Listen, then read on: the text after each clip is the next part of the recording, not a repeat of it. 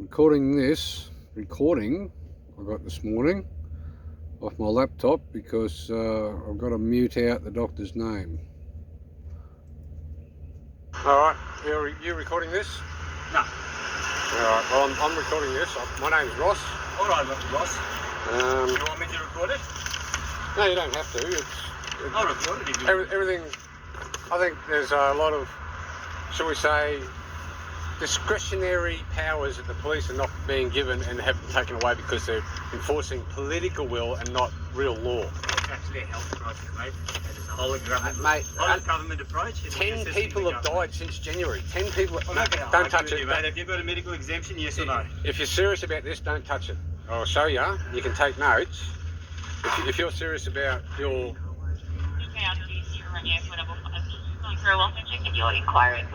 Well, all that says is state you're unable to wear a mask. Well, I have a reason that I explained to the doctor, and the doctor... No, mate, what is a medical condition except you explain it to the doctor? The doctor... Let's have a look at that, Ross. You got We'll give Dr. G a quick call. That's just down the road, isn't it, mate? William? Yeah, mate, let's make 2 seconds. Hey, Ross, 300961? Yes. Cool.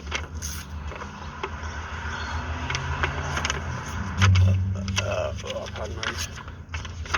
I've never seen that. That's like a medical certificate sort of thing, is it? Well, it's a letter I got off my... it's like it. They're typed on a computer, aren't they? Like I just... Well, mate, if you read the health directions, it actually says any reasonable excuse. Yeah. We read it. Trust me, we know all about it. Well, this is the confusion that the media and the politicians want to put everyone into to create the conflict. Well, mate, all I asked you is I very friendly told you that you needed a mask when you were out in public because you weren't wearing a mask, and then you started making it a political issue, not us. You're the one. So the only one that's been creating tension is yourself. It's probably... Was I rude to you initially? No, you weren't. No, it's exactly. all. Well, how about it's all about the politicians creating the political tension? Yeah, you'd have to... And if you think I've been aggressive to it, I apologise. No, that's cool. All right? But it's about this false division that the politicians are creating, and the media whip it up. The media whip it up.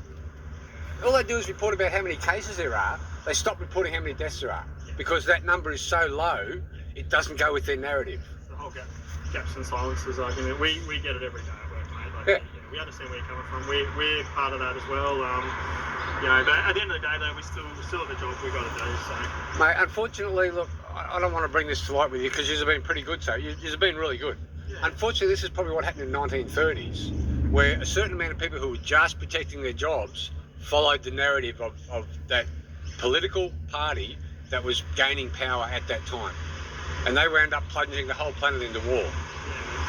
All right, so Ross, what I've done is I've just recorded that as you've produced a medical certificate to us, which is your exemption.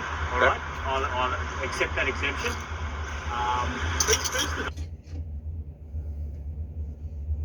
His first name, sorry? Peter. Peter, that's right. Okay. So mate, just so you understand, we help officers under the Public Health Act. So we've got a duty to investigate and make inquiries to establish that people have a lawful reason either not to wear a mask or to be away from home or whatever the case may be. That's why I questioned you initially. Yeah, it's not about a lawful reason. If the Health Act says any reasonable excuse. I've got a video on my phone of Young, I think her name is, the Chief Health Medical Officer. She said, if you've got a heart condition, if you've got whatever, you don't need to go see the doctor. You know that you have a reason for not wearing a mask. Yeah. And then she says any reasonable excuse that you have for not wearing a mask. So those public pronouncements, she can make public pronouncements, and it can be on television and it can be out of context or whatever the case may be. All we look at is her directions. So her directions, which is published in law, that's what we look at.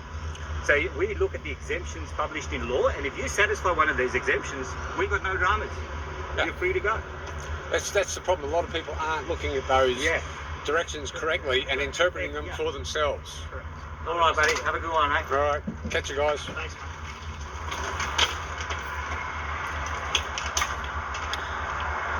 couple of good guys for a change.